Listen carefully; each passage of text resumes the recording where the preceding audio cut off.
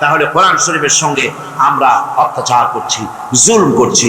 এই কথাগুলি আমাদের মনে রাখা দরকার।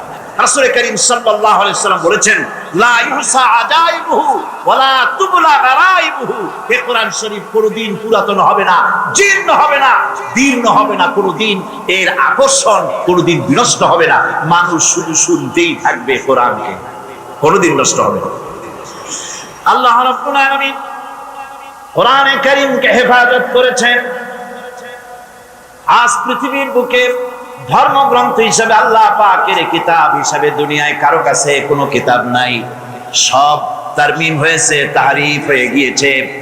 একমাত্র কিতাব বিশ্ববাসীর কাছে আছে, যার নাম কোরআন। নাম কি? আল্লাহ পাক বলেন কোরআন ওয়াদা কার? বলেন না ওয়াদা কার? আল্লাহ পাকের ওয়াদা, আমি এটাকে হেফাজত করব। কোরআন আল্লাহ পাক হেফাজত করেছেন।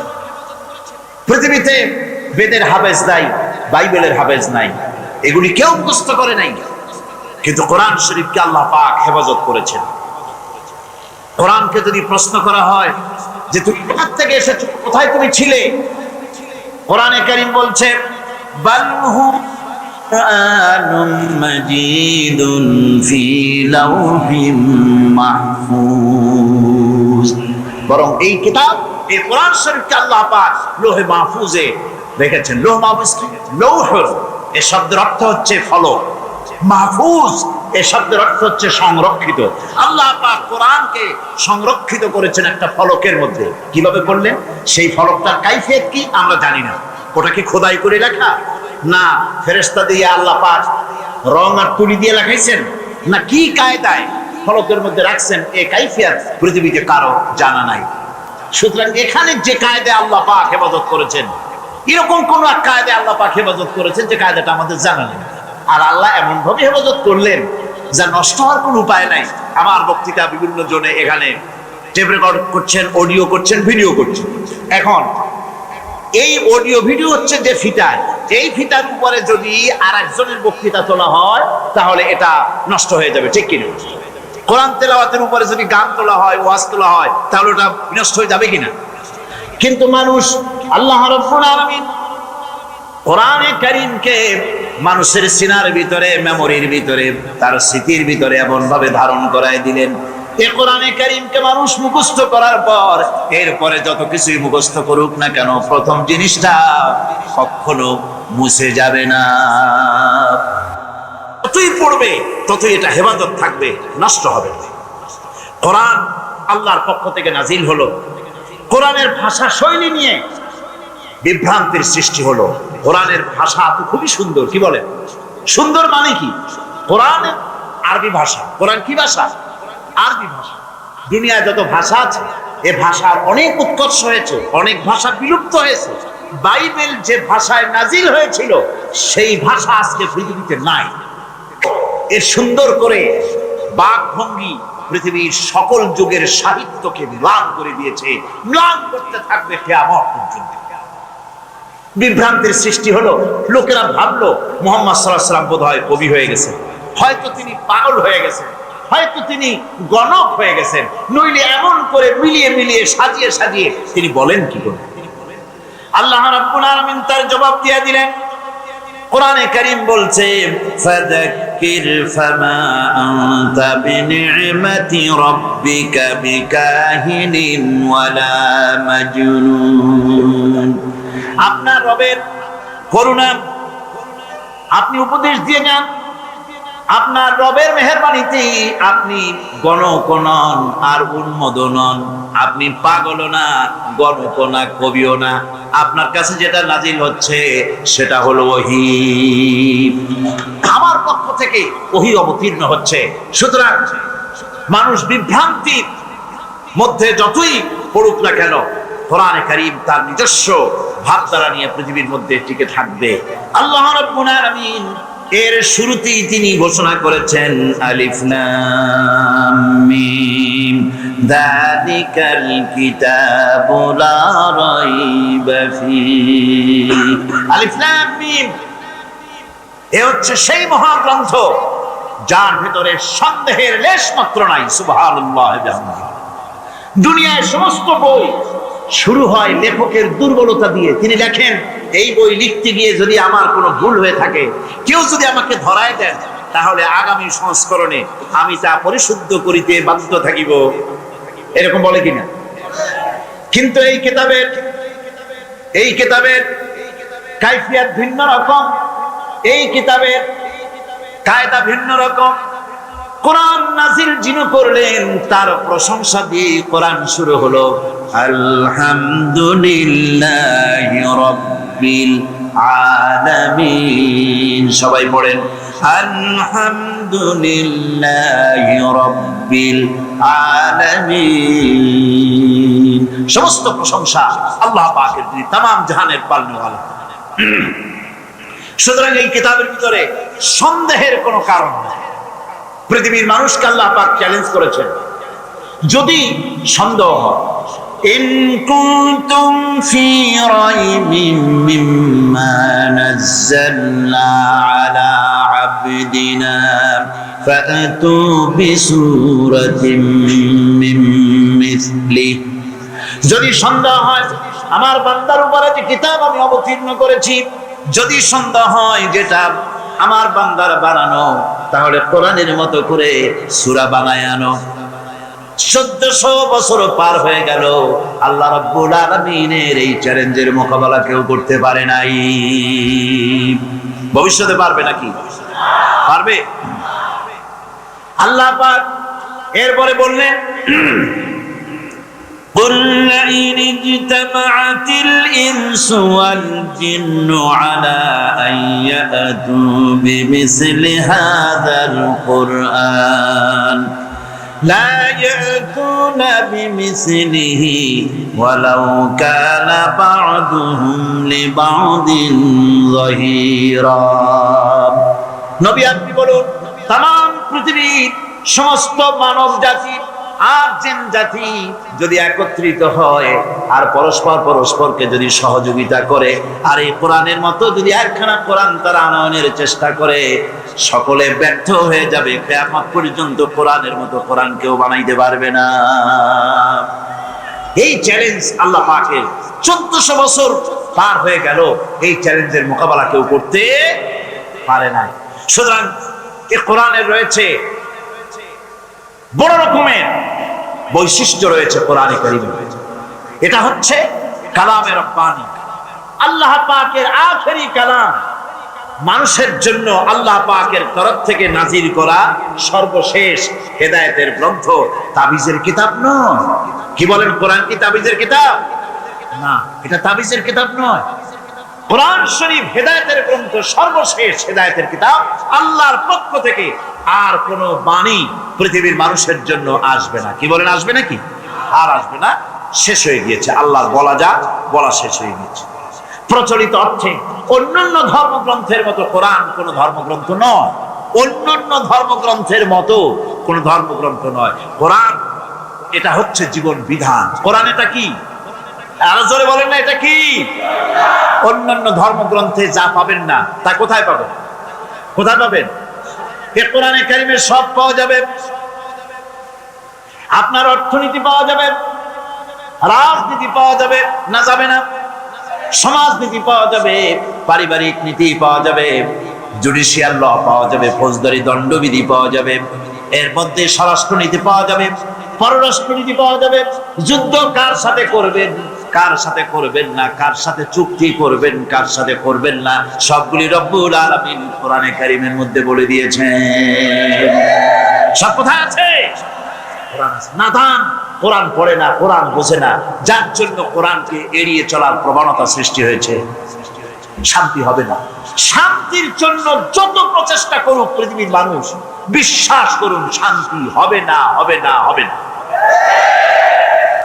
আল্লাহ রাব্বুল আলামিন বলেন, মা ইয়ানতিকু আনিল হাওয়া ইন হুয়া ইল্লা ওয়াহয়ুহা।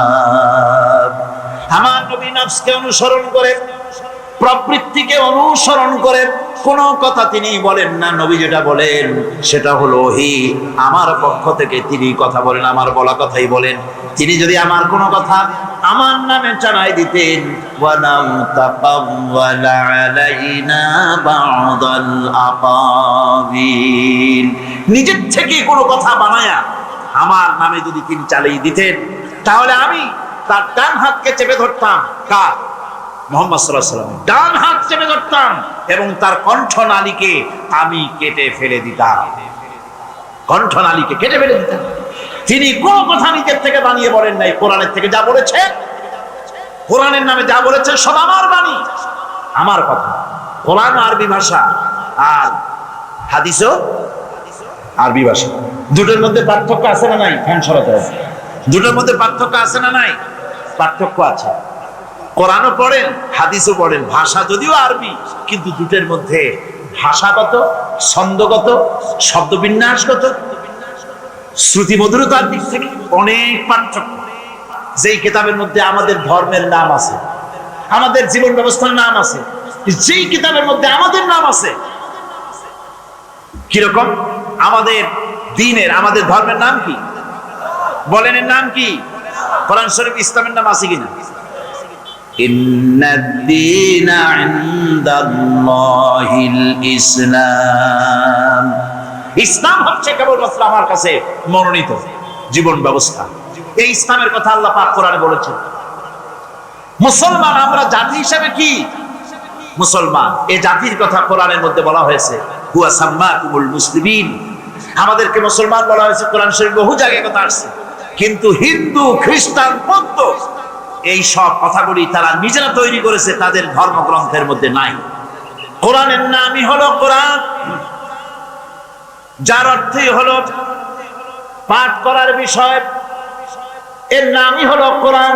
পৃথিবীতে সবচাইতে বেশি পড়েছে মানুষেরা এই কোরআন, কারণ এই কোরআনের প্রতি অক্ষরে আল্লাহ রাব্বুল আলামিন 10 করে নেকি আমল নামায় লিখে দেন।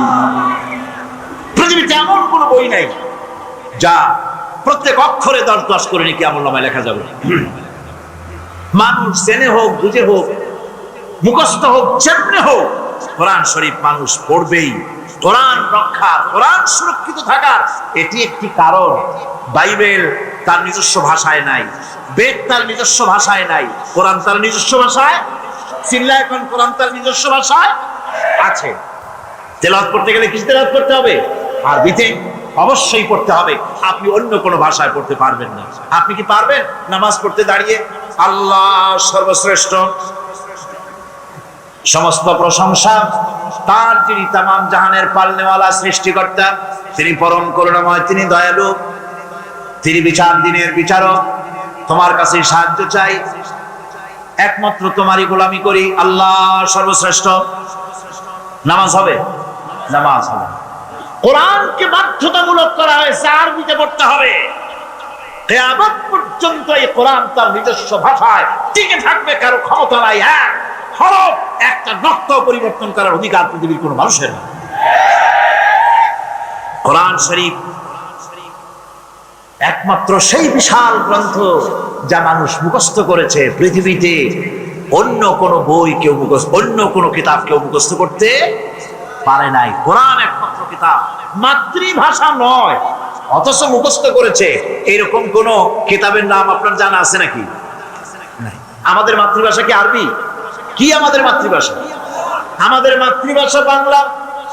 আরবি আমার মাতৃভাষা নয়, পিতৃভাষাও নয়। কিন্তু কোরআন শরীফ বাংলাদেশের হাজার হাজার লক্ষ লক্ষ মুসলমান মাতৃভাষা নয়, আরবি ভাষা, কোরআনের মতো এত বড় কিতাব মুখস্থ করে সিনার মধ্যে জমা করেছে। পাকিস্তানের ভাষা উর্দু, ভারতের ভাষা হিন্দি, উর্দু, নানান ভাষা আছে। আমেরিকা, ইংল্যান্ডে ইংরেজি ভাষা আছে, বিভিন্ন জায়গায় ইংরেজি, বিভিন্ন রকমের ভাষা আছে।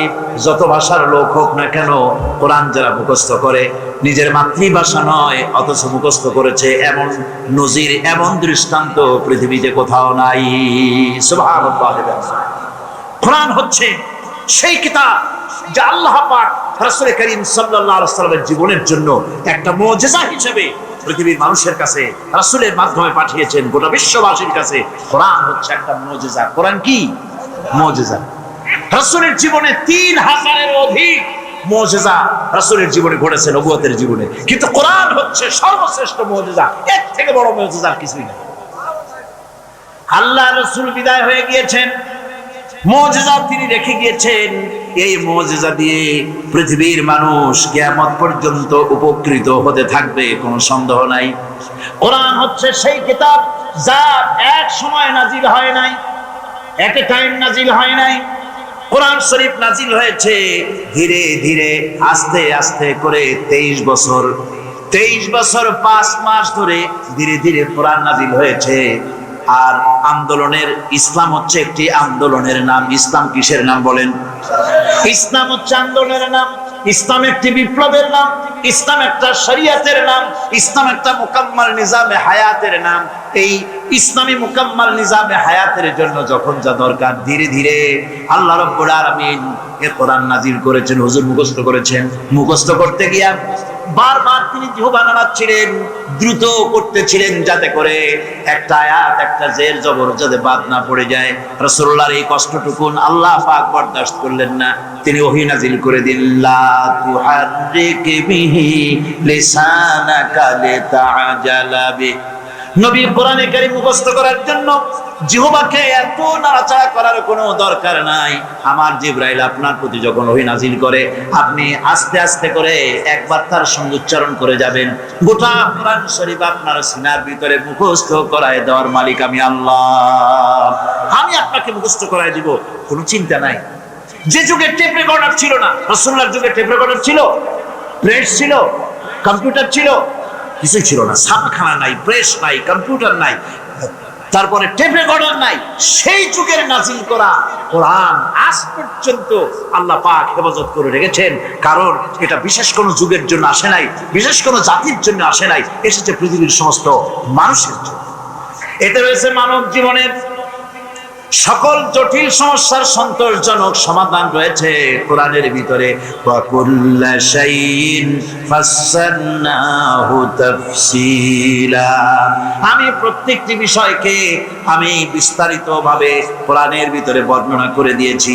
আল্লাহ পাক এই কোরআন নাজিল হয়েছে আল্লাহ পাকের কাছে থেকে, যিনি সবচাইতে জ্ঞানী, যার কাছে কোনো জিনিস গোপনীয় নাই। কুল আনজালাহুল্লাযী ইয়ালামু সিররা ফিস সামাওয়াতি ওয়াল আরদ। বলুন হে নবী, এই কোরআন নাজিল হয়েছে তার পক্ষ থেকে, যার কাছে আকাশের জমিনে গোপন বলে কোনো জিনিস নাই, সব যার কাছে স্পষ্ট, সেই আল্লাহ রাব্বুল আলামিন এই কোরআন নাজিল করেছেন। সুতরাং এই কোরআন আল্লাহর পক্ষ থেকে এসেছে গোটা পৃথিবীর মানুষের জন্য। আর এর মধ্যে ওয়ানাজ্জালনা আলাইকাল কিতাবা তিবয়ানান লিকুল্লি শাই, সব জিনিস খুলে খুলে আমি কোরআনের মধ্যে বয়ান করে দিয়েছি। মানুষের জীবনের জন্য দরকার, অথচ কোরআনে লেখা হয় নাই এমন কোনো বিষয় নাই, সব জিনিসকে কোরআনের মধ্যে খুলে খুলে আমি বলে দিয়েছি। আল্লাহ রাব্বুল আলামিন বলেন, আফালা ইয়াতাদাব্বারুনাল কুরআন ওয়ালাউ কানা মিন ইনদি গায়রিল্লাহি লাওয়াজাদু ফীহি ইখতিলাফান কাসীরা। তবে কি তারা কোরআন সম্পর্কে গবেষণা করে না, চিন্তা করে না, চিন্তা ভাবনা করে না? কোরআন যদি আল্লাহ ব্যতীত অন্য কারো কাছ থেকে নাজিল হতো, তাহলে এই কোরআন অন্য কারো কাছ থেকে নাজিল হলে পরে এর মধ্যে দারুণ ভাবে মতভেদ এবং অসঙ্গতি তোমরা পেতে। এর মধ্যে কোনো অসঙ্গতি নাই। কোরআন শরীফ আল্লাহ পাকের কাছ থেকে এসেছে, এতে কোনো সন্দেহ নাই। এবং সকল প্রকার মানব জীবনের সব সমস্যার সমাধান কোথায় আছে? জোরে বলেন না, কোথায় আছে? এই কোরআনের ভিতরে সকল সমস্যার সমাধান আছে। কোরআনের সম্মান যদি আমরা করি, আল্লাহ আমাদের সম্মান করবেন। সুবহানাল্লাহ। আমরা তো মনে করি মন্ত্রী হইতে পারলে মর্যাদা বাড়ে, এমপি হইতে পারলে মর্যাদা বাড়ে, প্রেসিডেন্ট হইতে পারলে মর্যাদা বাড়ে, মিল কলকারখানার মালিক হতে পারলে মর্যাদা বাড়ে। না, আল্লাহর নবী বলেছেন, খায়রুকুম মান তাআল্লামাল কুরআন ওয়া আল্লামাহু। তোমাদের মধ্যে উত্তম হচ্ছে সে ব্যক্তি যিনি কোরআন নিজে শেখে আর অপরকে শেখায়, সেই হচ্ছে উত্তম ব্যক্তি। কোন সুবহানাল্লাহ। কোরআন আল্লাহ পাকের কাছ থেকে এসেছে, সম্মান দিবেন আল্লাহ কোরআনের মাধ্যমে। এই জন্য হাদিস শরীফে এসেছে আন ইবনে ওমর রাদিয়াল্লাহু তাআলা আনহুমা قال قال رسول الله صلى الله عليه وسلم لا حسد الا على اثنين رجل آتاه الله القرآن فهو يقوم به آناء الليل وآناء النهار ورجل آتاه الله مالا فهو ينفق منه آناء الليل وآناء النهار رواه متفق عليه বুখারী এবং মুসলিমের হাদিস এটি। রাসূল করিম সাল্লাল্লাহু আলাইহি ওয়াসাল্লাম বলেন দুই ব্যক্তির সাথে ঈর্ষা করা যায়। কয় ব্যক্তির সাথে? ভালো করে শুনেন, দুই ব্যক্তির সঙ্গে ঈর্ষা করা যায়, আর কারো সঙ্গে ঈর্ষা করা যাবে না। একজন হচ্ছে যাকে কোরআনের ইলম দেওয়া হয়েছে, আর সে কোরআন নিয়ে সে তেলাওয়াত করে, নামাজের মধ্যে দাঁড়িয়ে দাঁড়িয়ে তেলাওয়াত করে, কোরআনকে দিনের বেলায় পড়ে, রাতের বেলায় পড়ে, কোরআন বোঝে, কোরআন মেনে চলে। তার যদি তার সাথে ঈর্ষা করা যায় তার মতো হওয়ার জন্য। আরেক ব্যক্তি হলো যাকে মাল দেওয়া হয়েছে, ধন দৌলত দেওয়া হয়েছে, এই মালগুলি সে আল্লাহর রাস্তায় খরচ করে, দিনেও করে রাতেও করে। ওই ব্যক্তির সঙ্গে ঈর্ষা করা যায়, যে তার মতো হওয়ার জন্য প্রতিযোগিতা করা যায়। ঈর্ষা করার জন্য দুই ব্যক্তি, আর কেউ নেই। কোরআন যে পড়ে, কোরআন যে শেখে, কোরআন যে শেখায়, তার মতো হওয়ার জন্য প্রতিযোগিতা করা উচিত। কোরআন যে আমল করে, দিনে রাত্রে তেলাওয়াত করে, কোরআনের চাইতে মজা এই পৃথিবীতে আর কিছু। আমার বন্ধুগণ, হাদিস শরীফে রাসূল করিম সাল্লাল্লাহু আলাইহি ওয়াসাল্লামের হাদিস এসেছে আন ওমর ইবনুল খাত্তাব রাদিয়াল্লাহু তাআলা আনহু قال قال رسول الله صلى الله عليه وسلم ان الله يرفع بهذا الكتاب اقواما ويدعو به اخرين رواه মুসলিম। মুসলিম শরীফের এই হাদিসে বলা হচ্ছে যে আল্লাহ পাক এই কোরআন দিয়ে কোন জাতিকে মর্যাদা দান করেন, উন্নত করেন, প্রতিষ্ঠিত করেন তাদেরকে, আর কোন দলের পতন করেন। কোন দলকে প্রতিষ্ঠিত করেন আর কোন দলকে এই কোরআনের কারণেই পতন করে দেন। কোরআন সম্পর্কে রাসূল করিম সাল্লাল্লাহু আলাইহি ওয়াসাল্লাম বলছেন আন আবি হুরায়রা রাদিয়াল্লাহু তাআলা আনহু আন্নাহু قال قال رسول الله صلى الله عليه وسلم لا تجعلوا بيوتكم مقابر رواه মুসলিম। আল্লাহর নবী বলছেন, ও মুসলমানেরা, তোমরা তোমাদের ঘরগুলিকে কবরস্থান বানায়ো না, তোমাদের ঘরগুলিকে কবরের মতো বানায়ো না। কবর যেরকম নীরব থাকে, সেখানে কোনো নড়াচড়া নাই, কোনো কিছু নাই। ঘরটা যেন কবর না হয়, তার মানে হলো ঘরে যেন কোরআনের তেলাওয়াত হয়, সকালে বিকেলে রাত্রে কোরআন যেন তেলাওয়াত হয়, কোরআনের দরস হয়, কোরআন শরীফ আলোচনা হয়। যেই ঘরের ভিতরে কোরআন তেলাওয়াত হয় না, রাসূলের এই হাদিস অনুযায়ী সেটা হলো কবরস্থানের মতো। কিসের মতো? কবরস্থানের মতো। হুজুর বলছেন ইন্নাল্লাযী লাইসা ফী জাওফিহি শাইউম মিনাল কুরআনি কাল বাইতিল খারিব।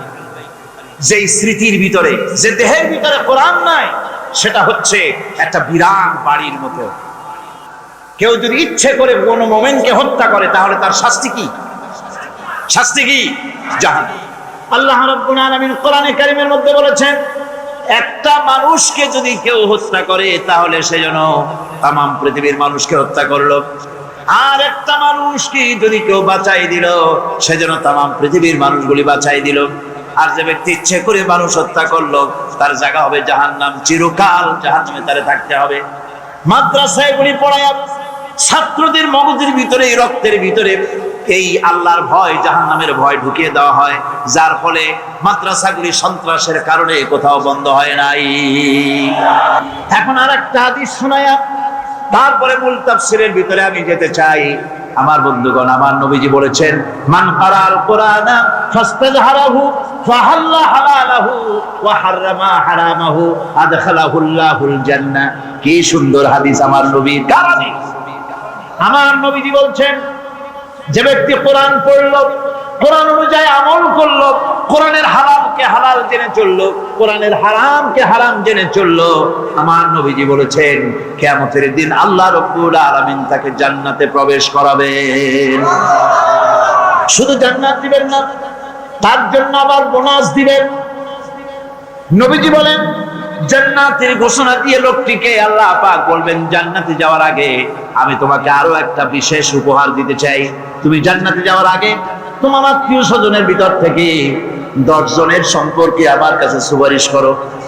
তোমার সুপারিশ মোতাবেক আমি 10 জনকে তোমার সাথে জান্নাতে দিয়ে দেব, এমন 10 জন যাদের হিসাবের পরে জাহান্নাম ওয়াজিব হয়ে গিয়েছিল। এরকম 10টা লোক সম্পর্কে তুমি আমার কাছে সুপারিশ করো, তোমার কারণে তাদেরকেও তোমার সাথে বেহেশতে দিয়ে দেবো। সুবহানাল্লাহ।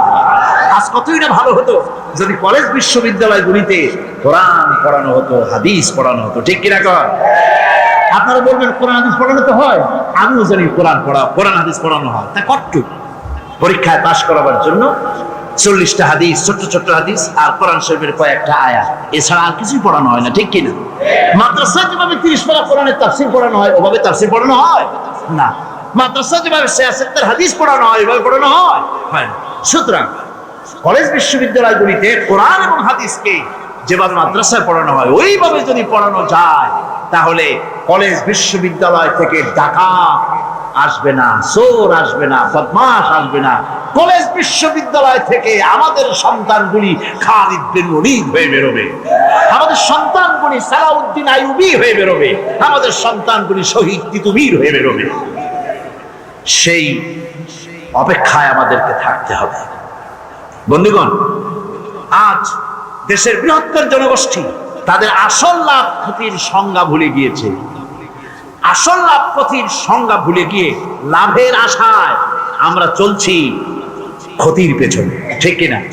আলেয়ার পেছনে আমরা চলছি, মরিচিকার পেছনে।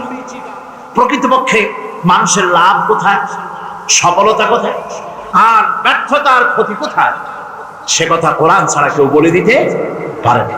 আজ দেশের এই ক্রান্তিকালে বর্তমান বাংলাদেশ ইতিহাসের এক ক্রান্তিকালের উপর দিয়ে অতিক্রম করছে। প্রতি মুহূর্তে আমরা এক একটা দুঃসময়ের দিকে এগিয়ে যাচ্ছি। আমরা নিরুদ্দেশের উদ্দেশ্যে যাত্রা করেছি। এই সময় এই জাতির রক্ষা কোথায় হবে, বিশ্বের মানুষের রক্ষা কোথায় হবে?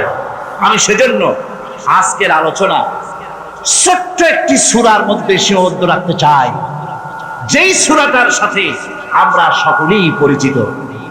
সে সূরাটি হচ্ছে সূরা আসর। পড়েন আমার সাথে।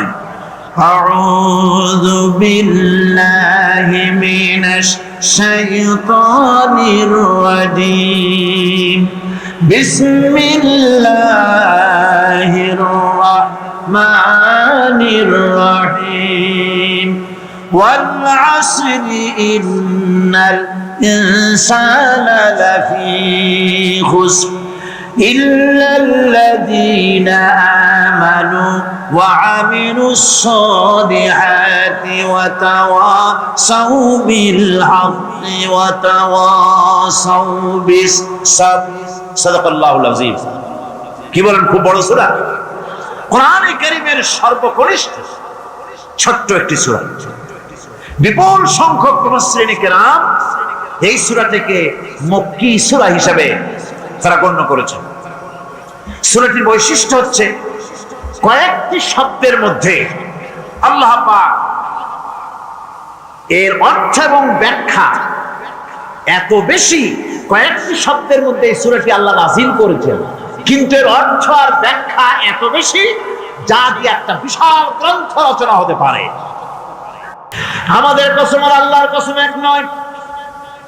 রব্বুল আলামিন যখন কসম করেন, তিনি তার কাছে বড়, তার চাইতে বড় কেউ নাই, শ্রেষ্ঠ কেউ নাই, মহান কেউ নাই।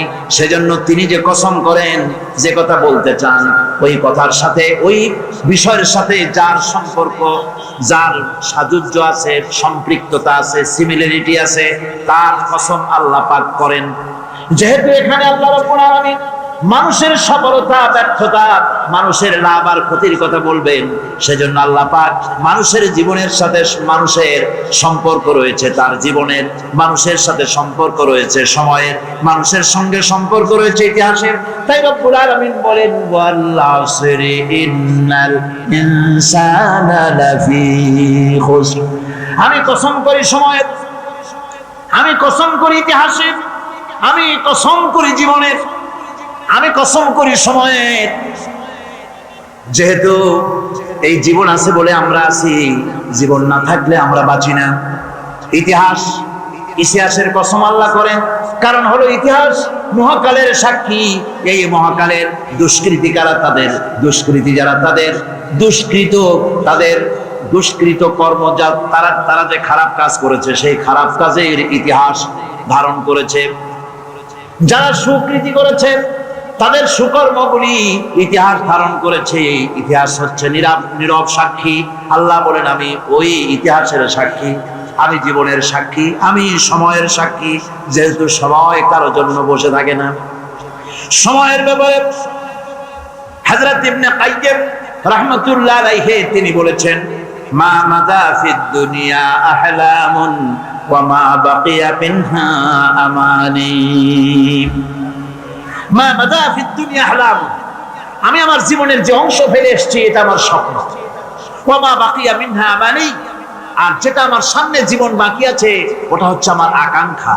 ওয়াল ওয়াক্তু বাইনাহুমা দায়ুন, আর এর মাঝখান থেকে সময় চলে যাচ্ছে। সময় আমার জন্য বসে নেই, সময় চলে যাচ্ছে। জন্মের পর থেকে আমার জন্য রিজার্ভ আছে যতটুকু, 50 বছর বাঁচবো, 60 বছর বাঁচবো, যতটুকু হায়াত আমার জন্য নির্ধারিত করা আছে, নির্ধারণ করা আছে, প্রতিদিন একদিন করে কমে যেতেছে। এজন্য আমি বলি, আমার বাড়িতে যে ঘড়িটা আছে, এই ঘড়িটা বেলা 1টার সময় ঢং করে একটা আওয়াজ দেয়, শ্রোতাকে শুনিয়ে দেয়, বাড়িওয়ালা তোমার জীবনের মূল্যবান হায়াত থেকে 1 ঘন্টা কমাইয়া দিলাম। 2টার সময় 2টা ঘন্টা লাগায় শোনায় দিল, বান্দারে তোমার জীবনের মূল্যবান সময় থেকে 2টি ঘন্টা কমে গেল। এমনি করে দিন গেল, মাস গেল, বছর গেল, আমাদের হুঁশ হলো না। সময় চলে গেল তাস খেলে খেলে, সময় চলে গেল আমাদের খেলাধুলা করে, শয়তানি বদমাশি করে। সময় কতটুকু পেলাম? কিয়ামতের দিন, বিচারের দিনটা যেটা হবে, আল্লাহ রাব্বুল আলামিন বলেন বিচারের দিনটাই লম্বা হবে 50 আলফা সানা মিম্মা তাউদ্দুন। বিচারের দিনটা লম্বা হবে কত বছর? 50,000 বছর। কত বছর? দুনিয়ায় যেভাবে তুমি হিসাব করো, দুনিয়ার গণনা অনুযায়ী হাসরের বিচারের দিনটা হবে 50,000 বছরের মতো লম্বা। এক কিতাবে দেখেছি, তিনি লিখেছেন হিসাব করে, কিয়ামতের ওই দিনটার হিসাবে 50,000 বছর একটা দিন লম্বা। ওই হিসাবে পৃথিবীতে যারা 60 বছর বাঁচলো, সেজন্য আখিরাতে 2 মিনিট দুনিয়ায় বাঁচলো। চিন্তা করেছো? মাত্র 2 মিনিট। 60 বছর যারা হায়াত পেল, 2 মিনিট বাঁচলো। এই 2 মিনিটের জন্য কত হাঙ্গামা! আমার বন্ধুগণ, সময় চলে যাচ্ছে স্রোতের মতো করে, কারোর জন্য সময় অপেক্ষা করতেছে না। আমাদের মৃত্যু প্রতি মুহূর্তে কাছে চলে আসতেছে।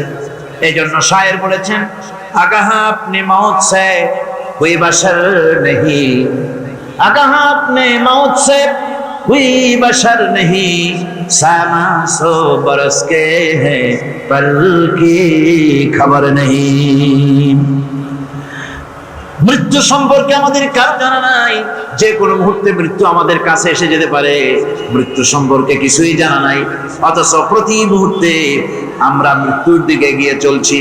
মাল সামান 100 বছর কি ধরে খাবো তাও জমা করে রেখেছি, কিন্তু 1 মুহূর্তের খবর নাই। মাহফিলে এসেছি, বাড়ি যেতে পারবো নিশ্চয়তা নাই। আছে? বলেন আছে?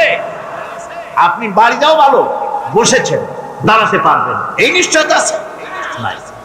সুতরাং সুরলিত সময়ের উপরে কসম করে মূলত সময়ের অপরিসীম গুরুত্ব সম্পর্কে আল্লাহ পাক মানুষকে বুঝাই দিতেছেন।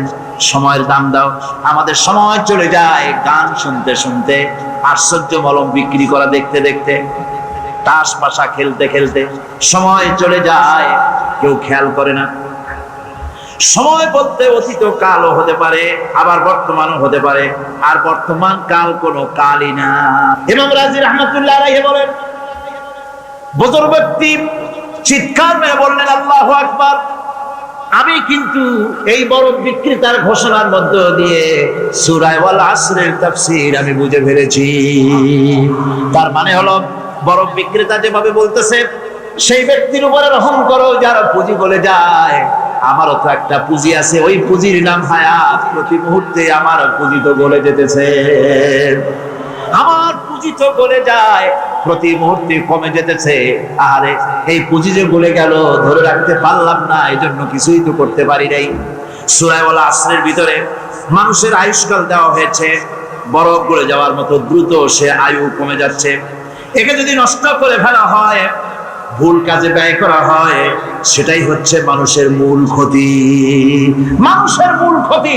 ব্যবসায় ক্ষতিগ্রস্ত হয়েছে, এটা মূল ক্ষতি নয়। স্বাস্থ্য হারাইছে, মূল ক্ষতি নয়। রাজনীতিতে ব্যর্থ হয়েছে, মূল ক্ষতি নয়। জীবনে মন্ত্রিত্ব হারাইছে, মূল ক্ষতি নয়। মূল ক্ষতি প্রতি মুহূর্তে সময় নষ্ট হচ্ছে। জান্নাতীদের মনের মধ্যে একটা দুঃখই থাকবে, ভালো করে শুনুন, জান্নাতীদের মনের মধ্যে একটা দুঃখই হবে। তারা মনে মনে চিন্তা করবেন, আফসোস করবেন, আরে যদি দুনিয়ায় বসে অমুক সময় বাসে বসেছিলাম, আজে বাজে চিন্তা করেছি, বাড়ির রুমে একা একা বসে বসে আজে বাজে চিন্তা করেছি, অমুক অমুক সময় খেলাধুলায় কাটাইছি, এই সময়গুলিতে যদি সুবহানাল্লাহ, আলহামদুলিল্লাহ, লা ইলাহা ইল্লাল্লাহ, আল্লাহু আকবার, এই তাসবিহ যদি পড়তাম, জিকির আজকার করতাম, জান্নাতের ভিতরে আরো নিয়ামত লাভ করতে পারতাম। মানুষের জীবন ক্ষতিগ্রস্ত হচ্ছে। ক্ষতি থেকে বাঁচতে পারবে চারটা গুণ যার মধ্যে আছে, বাকি সব ক্ষতিগ্রস্ত হয়ে যাবে। আমার ভাইয়েরা, এই কথাগুলি বলে আল্লাহ পাক যেন এরকম একটা দৃষ্টান্ত দিলেন। আপনি যদি পরীক্ষার হলে গিয়া দেখেন, ছাত্ররা পরীক্ষা দিতেছে, পরীক্ষার জন্য নির্ধারিত সময় কতটুকু? 3 ঘন্টা। 3 ঘন্টা। আপনি গিয়ে দেখলেন কোন একজন পরীক্ষার্থী পরীক্ষা দিতে গিয়ে আর একদিকে তাকায় আছে, আকাশের তারা গুনতেছে, অথবা সে গল্প করতেছে, অথবা পরীক্ষা বাদ দিয়ে আজে বাজে কিছু লিখতেছে। আপনি যেমন তাকে, ওই ছেলেটাকে আনবো না, গাফিল ছেলেটাকে ঘড়ির দিকে তাকায় বলেন, এই ছেলে ওই ঘড়ির দিকে তাকাও, দেখো তোমার সময় কিন্তু চলে যেতেছে মাত্র 1 ঘন্টা, আর তুমি সময় নষ্ট করতেছ।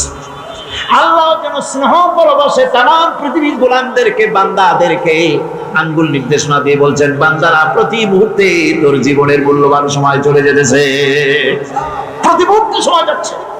আল ইনসান, ইনসান বলতে শুধু মুসলমান না, ইনসান বলতে কি মুসলমান শুধু না, আল ইনসান মানব মণ্ডলী, বিশ্বের সমস্ত মানুষকে আল্লাহ বলছেন, হিন্দু, খ্রিস্টান, বৌদ্ধ, নাসারা, ইহুদি, মজুসি, মুসলমান, বিশ্বের সব মানুষকে আল্লাহ বলছেন। যেহেতু আল্লাহ স্রষ্টা, মানুষের ব্যাপারে সার্বিক কল্যাণময় কথা কে বলতে পারেন? কে বলতে পারেন? সে আল্লাহ রাব্বুল আলামিন বলছেন,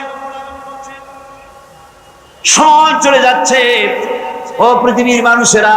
এই মানুষ বলতে আল্লাহ রাব্বুল আলামিন কোন ব্যক্তি, কোন গোষ্ঠী, কোন জাতিকে বলেন নাই, বলেছেন সমগ্র মানবতাকে। এর অর্থ হচ্ছে সূরাটিতে উল্লেখ্য 4টি গুণ যদি আমল করতে পারে লোকেরা, যেই ব্যক্তি করবে, যেই সমাজ করবে, যেই রাষ্ট্র করবে, যেই গোষ্ঠী করবে, যেই জাতি করবে, তারাই ক্ষতি থেকে বেঁচে যাবে। আর যারা করবে না, তারা ক্ষতিগ্রস্ত হবে। কি হবে বলুন? এখন আল্লাহ পাকের কথা শুনুন। আল্লাহ পাক বলছেন, ওয়াল আসরি ইন্নাল ইনসানা লাফি খুসরিন।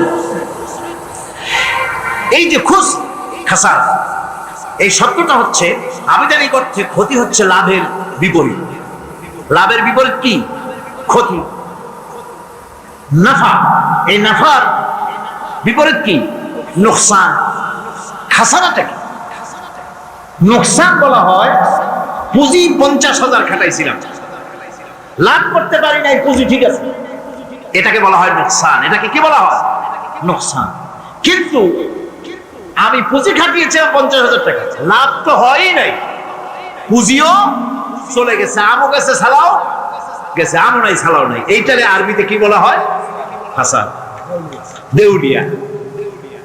দেউলিয়া হয়ে গেছে। দেউলিয়াটা বোঝেন ভালো আপনারা, দেউলিয়া হয়ে গেছে। কোরআন লাভ বা সাফল্যের ধারণা যেমন নিছক পার্থিব নয়, সমৃদ্ধির কথা শুধু পার্থিব নয়, জন্ম থেকে শুরু করে মৃত্যু পর্যন্ত। কোরআনের লাভের কথা যখন বলা হয়, তখন জন্ম থেকে মৃত্যু পর্যন্ত, আখিরাত পর্যন্ত, কিয়ামত পর্যন্ত। ক্ষতিটাও জন্ম থেকে শুরু করে মৃত্যু পর্যন্ত, কিয়ামত পর্যন্ত ক্ষতিটাও। এই ক্ষতি থেকে বাঁচাবার জন্য কোরআনে কারিমে বিভিন্ন জায়গায় এই খাসারা শব্দ ব্যবহার করা হয়েছে। আল্লাহ রাব্বুল আলামিন বলছেন ওয়ামান খাফফাত মাওয়াজিনুহু ফাউলাইকাল্লাযীনা খাসিরু আনফুসাহুম বিমা কানু বিআয়াতিনা ইয়াযলিমুন। যাদের পাল্লা ভারী হবে কিয়ামতে তারাই হবে সবল কাম, আর যাদের পাল্লা হালকা হবে নেকির পাল্লা যাদের হালকা হবে তারা হবে ক্ষতিগ্রস্ত, তারা নিজেদের ক্ষতি নিজেরাই ক্ষতি সাধনকারী হবে কিয়ামতের দিন। কাজে মানুষের জীবনের সমুদয় কার্যাবলীর ভালো অংশ যদি খারাপ অংশের উপরে বিজয়ী হয়, তারপরে খারাপ অংশ পাওনাদারদের দিয়ে টিয়া, এরপরে যদি নেকি কিছু বাকি থাকে তাহলে বোঝা গেল লোকটা কিয়ামতের নাজাত পাবে। আর যদি ভালো কাজের উপরে খারাপ কাজ বিজয়ী হয়ে যায় আর সমস্ত পাওনাদারদেরকে পাওনা মিটাইয়া তারপরও পাপ বাকি থেকে যায়, এক চাইতে খাসারা পৃথিবীতে আকাশে জমিনে কিছু আর হবে না। এর থেকে বাঁচার জন্য আল্লাহ পাক এই খাসারা থেকে বাঁচার জন্যই মানুষকে এই কথা বলছেন। এই কথাটি কোরআনে কারীমের অন্য একটি আয়াতে আরো সুন্দর করে বলা হয়েছে, যারা নাকি এই দুনিয়ার বুকে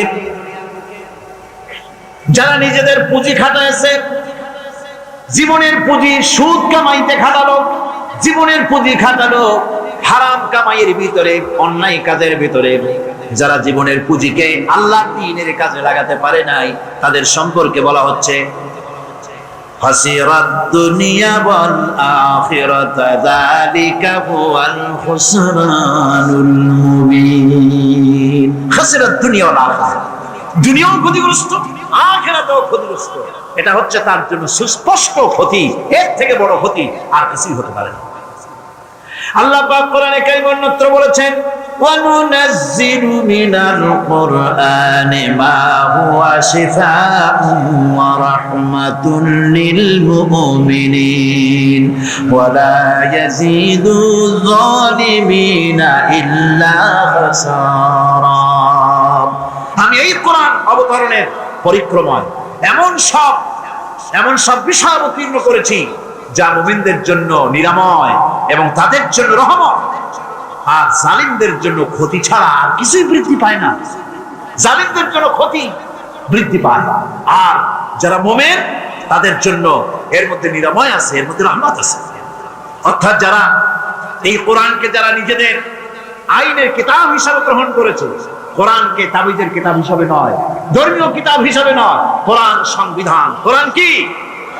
কোরআনকে যারা সংবিধান হিসাবে মেনে নিয়েছে, কোরআনকে যারা সংবিধান হিসাবে গ্রহণ করলো, ব্যক্তি, পরিবার, সমাজ, রাষ্ট্রে তাদের যাবতীয় মানসিক, বুদ্ধিবৃত্তিক, নৈতিক, তামাদ্দনিক রোগের নিরাময় হবে, তারা শান্তি হবে। কিন্তু যেসব জালিম এই কোরআনকে প্রত্যাখ্যান করেছি, কোরআনকে যারা মৌলবাদীদের কিতাব বলে, কোরআনের কথা বললে মৌলবাদ বলে গাল দেয়, তারা তাদের কপালকে পোড়াইয়া ছাই বানাইয়া দিছে, তাদের কপাল ভস্মীভূত করে দিয়েছে। আমার দেশে, এই দেশটা কি মুসলমান বেশি না অন্য জাতি বেশি? কোন জোরে কোন?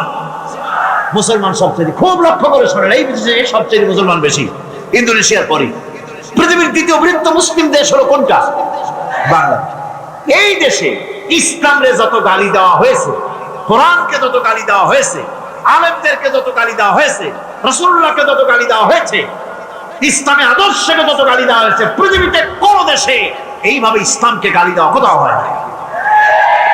এমনকি আমেরিকার মতো দেশে, ইংল্যান্ডের মতো দেশেও কোরআনের বিরুদ্ধে এত কথা কেউ বলতে সাহস পাবে না, ইসলামের বিরুদ্ধে কথা বলতে সাহস পাবে না, যেহেতু মুসলমানেরা সেখানে পাল্টা আক্রমণ করবে। বাড়ি নাই, মরুভূমির ভিতরে আমাকে আমার বাচ্চারে ফেলে রেখে যাচ্ছ কেন? কোনো জবাব নাই। 2বার 3বার প্রশ্ন করলেন, এরপরে তিনি আবার প্রশ্ন করলেন, বললেন ইব্রাহিম এটা কি আল্লাহর হুকুম নাকি? হযরত ইব্রাহিম আলাইহিস সালাম নিজের কলিজার টুকরা সন্তান আর বিবিকে রেখে যেতেছেন ভারাক্রান্ত মন নিয়ে। তিনি আকাশের দিকে আঙ্গুল উঁচু করে দেখালেন। হযরত হাজেরা বুঝলেন ইনি তো আল্লাহর পয়গম্বর, আমার কোন অপরাধে এভাবে ফেলে যাওয়ার কথা নয়। তিনি বুঝলেন এটা আল্লাহর হুকুম। হযরতে হাজেরা বললেন ইব্রাহিম রে, নিশ্চিন্ত মনে বাড়ি ফিরে যাও, আমার মনে কোনো চিন্তা নাই, কোনো পেরেশানি আর এখন নাই। আল্লাহর হুকুমেই যদি আমাকে এই মরুভূমির ভিতরে ফেলে যেয়ে থাকো, তাহলে আমি ওই আল্লাহর প্রতি এতটা ভরসা রাখি যে এই মরুভূমির ভিতরে জল পানি শূন্য, খাদ্য শূন্য জায়গায় আমি আমার বাচ্চাকে আল্লাহ রব্বুল আলামিন না খাওয়াইয়া মারবেন না। দ্বিতীয় পরীক্ষায় পাশ করি। 3 নম্বরে পরীক্ষা হলো, সন্তান বড় হয়ে গেছে, বুদ্ধি হয়েছে, দৌড়াতে পারে। আল্লাহ রাব্বুল আলামিন হুকুম করলেন ছেলেকে জবাহ করো। কত বড় আগুনের পরীক্ষা! কোরআন শরীফ বলছে হযরত ইব্রাহিম আলাইহিস সালাম নিজের ছেলেকে ডেকে নিয়ে বললেন, ইয়া বুনাইয়া ইন্নী আরা ফিল মানামি আন্নী আযবাহুক ফানজুর মাযা তারা। হে আমার কলিজার টুকরা সন্তান, আমি স্বপ্নে দেখেছি যেন আমি তোমাকে জবাহ করতেছি, তোমার রায় কি, তোমার মত কি, আমারে শোনাও। ছেলে পয়গম্বর, ছেলে তার জবাবে বললেন, ইয়া আবাতি ফাআল মা তু'মার সাতাজিদুনি ইনশাআল্লাহু বিনাস সাবিরিন। হে আমার আব্বাজান, আপনি যে ব্যাপারে স্বপ্নের ভিতরে আদিষ্ট হয়েছেন আপনি তা কার্যকরী করুন। আমাকে এতটুকু অধৈর্যের মধ্যে পাবেন না, আমাকে ধৈর্যশীলদের মধ্যে পাবেন। আমারে আপনি আল্লাহর হুকুম পালন করেন। আল্লাহ পাক শোনাচ্ছেন, ফালাম্মা আসলামা ওয়া তাল্লাহু লিল জাবিন। পিতা পুত্র দুজনই রাজি হয়ে গেল। পিতা তার ছেলেকে কাঁধ করে গলার উপরে ছুরি ধরেছেন। আল্লাহ রাব্বুল আলামিন ইসমাইল জবাহ হোক এটা আল্লাহ চান নাই, আল্লাহ চেয়েছেন পরীক্ষা করতে। পরীক্ষায় ইব্রাহিম পাশ হয়ে গেলেন। আল্লাহ পাক বলছেন, ওয়ানাদাইনাহু আইয়া ইব্রাহিম কদ সাদ্দাকতার রুইয়া ইন্না কাযালিকা নাজজিল মুহসিনিন। আমি ইব্রাহিমকে ডেকে বললাম, ইব্রাহিম তুমি তোমার স্বপ্নকে বাস্তবে রূপ দিয়েছো, আর এভাবেই করি আমি মুহসিনিনদেরকে পুরস্কৃত করে থাকি। আল্লাহ পাক খুশি হলেন। আল্লাহ পাক বললেন, ইন্না হাযা লাবালাউল মুবিন। নিঃসন্দেহে এটি একটি বিরাট পরীক্ষা ছিল, ঠিক কি না গণ? আল্লাহ নিজে বলছেন এটা একটি বিরাট পরীক্ষা, আজিম ইমতিহান। সে ইমতিহানে তিনি পাশ করলেন। পরীক্ষায় উত্তীর্ণ হওয়ার জন্য রব্বুল আলামিন পুরস্কার দিয়া দিলেন। আল্লাহ পাক বললেন, সালামুন আলা ইব্রাহিম। পড়েন সবাই, সালামুন আলা ইব্রাহিম। ইব্রাহিমের প্রতি আল্লাহ পাক বললেন, ইব্রাহিমের প্রতি সালাম রইল। সুবহানাল্লাহি ওয়া বিহামদিহি। হযরত ঈসা আলাইহিস সালামকে খ্রিস্টানেরা তারা বলেছে, ওয়াকালাতিন নাসারাল মাসীহ ইবনুল্লাহ। মসিহ হচ্ছে কার ছেলে? নাউযুবিল্লাহ। বলেন সবাই নাউযুবিল্লাহ।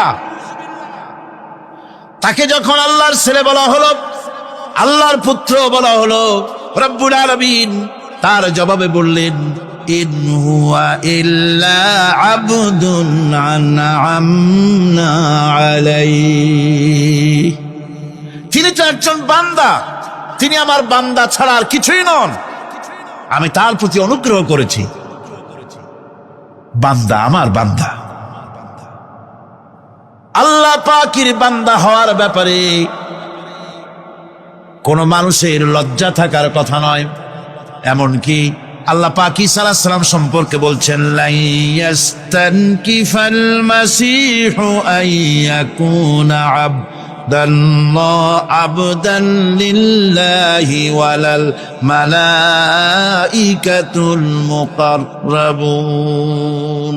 মসিহ আল্লাহর বান্দা, তাতে কখনো বিন্দু মাত্র লজ্জা তিনি পোষণ করেন নাই যে আমি আল্লাহর বান্দা, আল্লাহর গোলাম। এটা একটা কথা হইল? এরকম লজ্জা তিনি পোষণ করেনি। এমনকি তার নিকটবর্তী ফেরেশতা যারা, তারাও আল্লাহর বান্দা গোলাম হওয়ার জন্য তাদের ভিতরে কোনো লজ্জা নাই। যারা নাকি আল্লাহর গোলাম, এই ব্যাপারে যাদের মধ্যে লজ্জার সৃষ্টি হয়, আল্লাহর গোলাম এটা কেমন কথা, বান্দা হওয়াটা কেমন কথা। যারা গোলামীকে অস্বীকার করে তাদের সম্পর্কে আল্লাহ পাক বলছেন, ওয়া মাইয়াস্তানকিফ আন ইবাদাতিহি ওয়া ইস্তাকবির ফাসায়াহশুরুহুম ইলাইহি জামিআ। কেউ যদি আল্লাহর বন্দেগী করার ব্যাপারে লজ্জা পোষণ করে, যদি লজ্জার কারণ মনে করে, অহংকার করে, গৌরব করে, তাহলে তারা পালাবে কোথায়, যাবে কোথায়? আমি কিয়ামতের দিন সবগুলিকে এক জায়গায় করে ফেলবো। সুতরাং আল্লাহ পাকের গোলামিতে আল্লাহ যে বান্দা বলে যখন ডাকেন, লজ্জার কোনো কারণ নাই। অহংকার যে করবে সে নিজেকে ধ্বংস করবে। আল্লাহ পাক সব নবীদেরকে নিজের বান্দা বলেছেন। নবীরা কি? আল্লাহ পাকের বান্দা। হযরত ইউসুফ আলাইহিস সালাম সম্পর্কে আল্লাহ পাক বলছেন, কাযালিকা লিনাসরিফা আনহু আস-সুআ ওয়াল ফাহশা ইন্নাহু মিন ইবাদিনাল মুখলাসিন। এরূপই ঘটলো যাতে আমি ইউসুফ আলাইহিস সালামকে, আমার বান্দা, তাকে আমি নির্লজ্জতা ইত্যাদি থেকে আমি রক্ষা করেছি। নিশ্চয়ই হযরত ইউসুফ ছিল আল্লাহ পাকের বান্দা, আল্লাহ পাকের আব্দ। রাসূল করিম সাল্লাল্লাহু আলাইহি ওয়াসাল্লাম তিনি হচ্ছেন সর্বশ্রেষ্ঠ আল্লাহর পয়গম্বর। তার থেকে শ্রেষ্ঠ নবী আর কি কেউ আছে? জোরে বলেন, আছে? তার থেকে মাহবুব, তার থেকে শ্রেষ্ঠ আল্লাহর কাছে আর কেউ নেই। সেই নবীকে আল্লাহ রাব্বুল আলামিন কোরআনে কারীমের ভিতরে তাকে আব্দ বলেছেন। কি বলেছেন? অনেকগুলি আয়াত আছে যে আয়াতের ভিতরে আল্লাহ পাক তার নাম নেন নাই, নবী বলেন নাই, রাসূল বলেন নাই, শুধু বলেছেন আব্দ। যেমন ফাআওহা ইলা আবদিহি মা আওহা। অতঃপর তার বান্দার নিকট যা ওহী করার ছিল তা তিনি করলেন। সেই বান্দাকে মুহাম্মদ সাল্লাল্লাহু আলাইহি ওয়াসাল্লাম। অন্য আয়াতে আল্লাহ পাক বলছেন, وأنه لما قام عبد الله يدعوه كادوا يكونون عليه لبدا। আর এই আল্লাহর বান্দা যখন নামাজ পড়তে দাঁড়িয়ে গেল, আল্লাহকে ডাকার জন্য যখন দাঁড়ালো, তখন লোকেরা তার উপরে ঝাঁপিয়ে পড়লো। ঝাঁপিয়ে পড়ার জন্য প্রস্তুতি গ্রহণ করলো। এখানে আব বলা হয়েছে কাকে? মুহাম্মদ সাল্লাল্লাহু আলাইহি সাল্লামকে। এভাবে করে অন্য এক আয়াতে আল্লাহ পাক তার হাবিবকে আব বলছেন, বান্দা বলতেছেন, ইন কুনতুম ফি রাইবিম মিম্মা নাযালনা আলা আবদিনা। আমার বান্দার উপরে যে কিতাব নাজিল করেছি তাতে যদি তোমাদের কোনো সন্দেহ হয়, এই যে আমার বান্দার উপরে, ওই বান্দাকে বলেন সবাই, মুহাম্মদ রাসূলুল্লাহ সাল্লাল্লাহু আলাইহি ওয়াসাল্লাম। অন্য আয়াতে বলা হচ্ছে, তাবারাকাল্লাযী নাযালাল ফুরকানা আলা আবদিহি লিয়াকুনা লিল আলামিনা নাযীরা। অতীব বরকতপূর্ণ সেই মহান সত্তা যিনি তার বান্দার উপরে ফুরকান নাজিল করেছেন। কে সেই বান্দা? মুহাম্মদ সাল্লাল্লাহু আলাইহি ওয়াসাল্লাম। মেরাজের ঘটনা বলতে গিয়ে আল্লাহ রাব্বুল আলামিন বলতেছেন, সুবহানাল্লাযী আসরা বিআবদিহি লাইলাম মিনাল মাসজিদিল হারামি ইলাল মাসজিদিল আকসা। পবিত্র সেই মহান সত্তা যিনি তার বান্দাকে ইসরা করিয়েছেন। কে সেই বান্দা? মুহাম্মদ রাসূলুল্লাহ সাল্লাল্লাহু আলাইহি ওয়াসাল্লাম। সুতরাং আবদিয়াত, ইবাদত, গোলামি, এটা হচ্ছে মানুষের জীবনের সবচেয়ে বড় মর্যাদাকর খেতাব আল্লাহর পক্ষ থেকে আল্লাহর বান্দা হওয়া। গোলামি পরিপূর্ণরূপে হবে কেবলমাত্র আল্লাহ পাকের। এই গোলামির জন্যই আল্লাহ পাক আমাদেরকে সৃষ্টি করেছেন, অন্য কোনো কাজে আমাদেরকে সৃষ্টি করেন নাই। সেই জন্য আমাদেরকে গোলামি করতে হবে, আনুগত্য করতে হবে কেবলমাত্র কার বলুন তো? এই গোলামি যদি সঠিকভাবে করি, যদি বান্দারা যারা আল্লাহ পাকের বান্দা বলে, গোলাম বলে নিজেদেরকে দাবি করে, যদি সঠিকভাবে ইবাদতটা করা যায়, তাহলে আল্লাহ তাদের জন্য কি ওয়াদা করেছেন শুনুন। দুনিয়ায় তাদেরকে আল্লাহ পুরস্কার দেবেন, আখেরাতেও দেবেন। এটা বন্ধ করে, দুনিয়া এবং আখেরাতে আল্লাহ পুরস্কার দেবেন।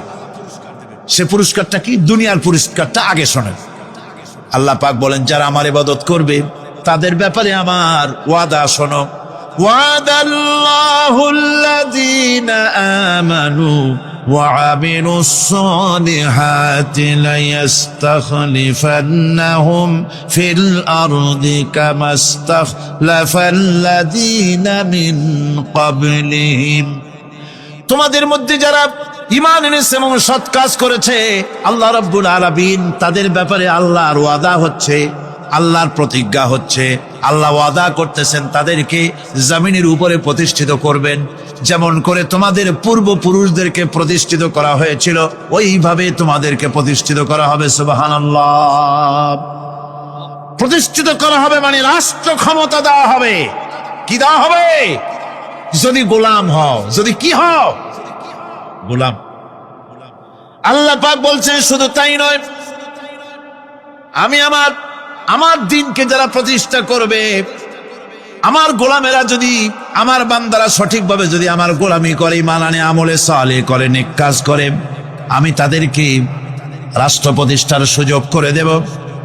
আর তাদের জন্য ভীতির পরিবর্তে, সন্ত্রাসের পরিবর্তে শান্তি কায়েম করে দেব। সুবহানাল্লাহ। وَلَيُمَكِّنَنَّ لَهُمْ دِينَهُمُ الَّذِي ارْتَضَىٰ لَهُمْ وَلَيُبَدِّلَنَّهُمْ مِنْ خَوْفِهِمْ أَمْنًا। তাদের দিনকে তারা নিজেদের জন্য যা পছন্দ করেছে অবশ্যই তিনি তা কায়েম করে দিবেন, এবং সন্ত্রাস আর ভীতির পরিবর্তে আল্লাহ নিরাপত্তা দান করবেন। জোরে কোন সুবহানাল্লাহ। সন্ত্রাস বন্ধ হবে, চুরি, ডাকাতি, জেনা, ব্যভিচার সব বন্ধ হয়ে যাবে। তোমরা ক্ষমতায় থাকবে, তোমরা ডমিনেটেড হবে না, তোমরা ডমিনেট করবে। গোটা পৃথিবীকে শাসন করবে, শাসিত তোমরা হবে না। আর ভীতির পরিবর্তে নিরাপত্তা তোমরা লাভ করবে। কি করলে? ইয়াবুদুনানি লা ইউশরিকুনা বি শাইআ। সুতরাং তারা যেন আমার ইবাদত করে এবং আমার সঙ্গে যেন কাউকে শরীক না করে। আল্লাহ বলছেন, তোমরা যদি আমার সাথে শরীক না করো, ইবাদতের মধ্যে কাউকে যদি শরীক স্থাপন না করো, আর যদি তোমরা আমার ইবাদতটা সলিড ভাবে আমার জন্যই করো, তাহলে রাষ্ট্র ক্ষমতা তোমাদের হাতে আসবে, সন্ত্রাস নির্মূল হবে, শান্তি প্রতিষ্ঠিত হবে। এই হচ্ছে দুনিয়ার পুরস্কার। এটা কিসের পুরস্কার? আর আখিরাতের পুরস্কারের কথা বলা হচ্ছে, وَمَن يُطِعِ اللَّهَ وَرَسُولَهُ وَيَخْشَ اللَّهَ وَيَتَّقِهِ فَأُولَئِكَ هُمُ الْفَائِزُونَ। যে ব্যক্তি আল্লাহ এবং রাসূলের আনুগত্য করেছে, আল্লাহকে ভয় করে চলেছে, তার গজব থেকে বেঁচে রয়েছে, সেই হচ্ছে সফল কাম। সফল কাম মানে কি? কিয়ামতের দিন আল্লাহ পাক তাদেরকে জান্নাত দান করবেন। আল্লাহ পাক তাদেরকে কিয়ামতে কি দিবেন? জান্নাত দিবেন, চিরস্থায়ী শান্তির জায়গা, সেই জান্নাত লাভ করা যাবে। আজ ইবাদতের এই যে গুরুত্বপূর্ণ ইবাদত, এই ইবাদতের ভুল অর্থ সমাজের ভিতরে ছড়িয়ে আছে। সাধারণ মানুষও ভুল করেছে, অসাধারণ মানুষেরাও ইবাদতের ভুল অর্থ করে ভুলের মধ্যে নিমজ্জিত আছে বিরাট সংখ্যক লোকেরা।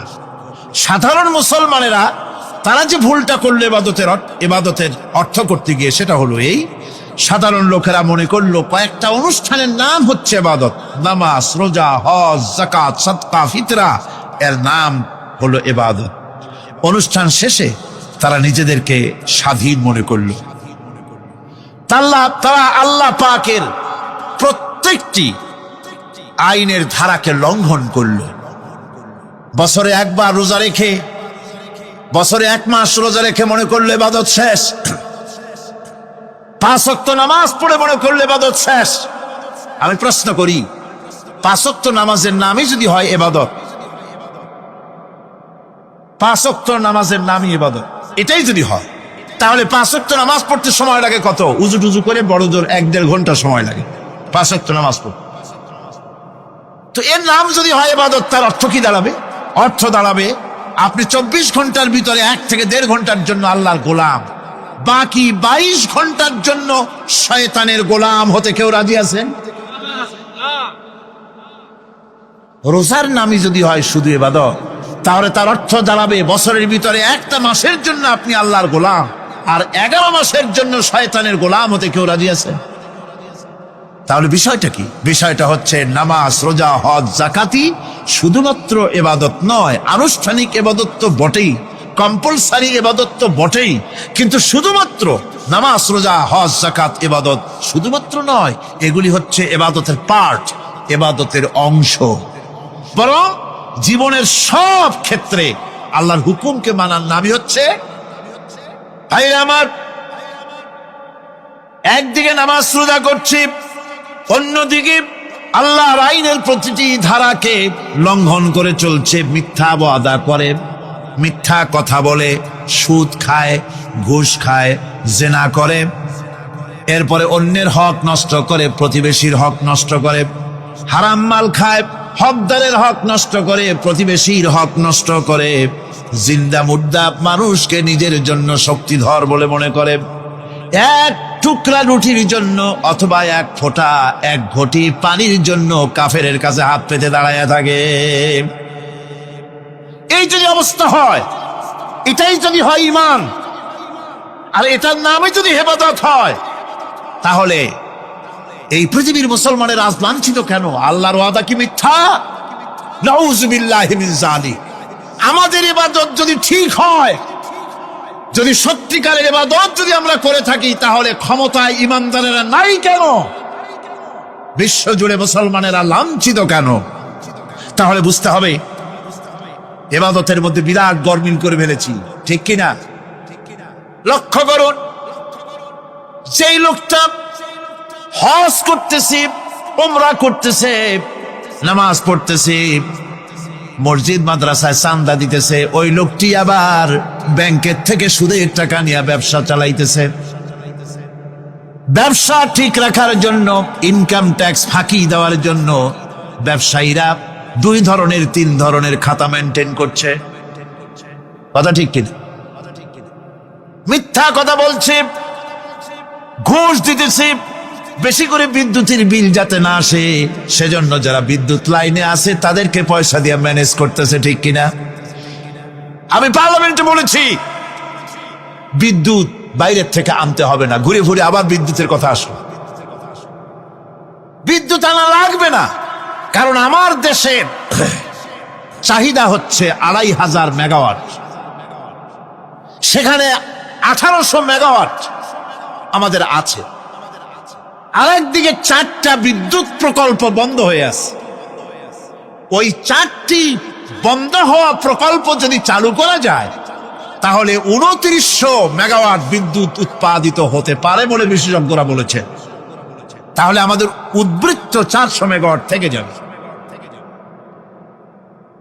এইটাকে বাইরের থেকে আনার কোনো দরকার নাই।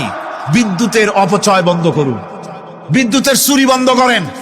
মিল কলকারখানা যাদের আছে, লক্ষ লক্ষ টাকা বিদ্যুৎ বিল হয়, কিন্তু লাইনম্যানদের সঙ্গে ম্যানেজ করে গভর্নমেন্টকে ফাঁকি দেওয়া হচ্ছে, ঠিক কিরকম? তোমার নামাজের দাম কি? তোমার হজের 4 পয়সা দাম নাই। তুমি রাষ্ট্রকে ফাঁকি দিয়েছ, তুমি জনগণকে ফাঁকি দিয়েছ, তুমি দেশের শত্রু। টেলিফোনের বিল হাজার হাজার টাকা, লাখ টাকার বেশি বিল হয়, লাইনম্যানের সঙ্গে ম্যানেজ করে 500, 700, 2000 টাকা দিয়ে সারিয়ে দেয়, ঠিক কিনা? এরা জাতির শত্রু, দেশের শত্রু। এদেরকে ফায়ারিং স্কোয়াডে নিয়ে ক্রাশ ফায়ার করে উড়ায় দেওয়া উচিত। এরা দেশের দুশ্মন। আজ সিস্টেম লসের নাম দিয়া বিদ্যুৎ চুরির আরেক ব্যবস্থা করা হয়েছে। সিস্টেম লস করে ওনারা নিজেরা, আর এর ভোগান্তি জনগণকে করতে হয়। কসাইয়ের মতো ছুরি দিয়া জবাও করে জনগণের কাছ থেকে সিস্টেম লসের চার্জ আদায় করা হয়। আমি পার্লামেন্টে বলেছি, মাননীয় স্পিকার, সিস্টেম লস এই নামটা উঠাও দেন, এই প্রথা বন্ধ করে দিন।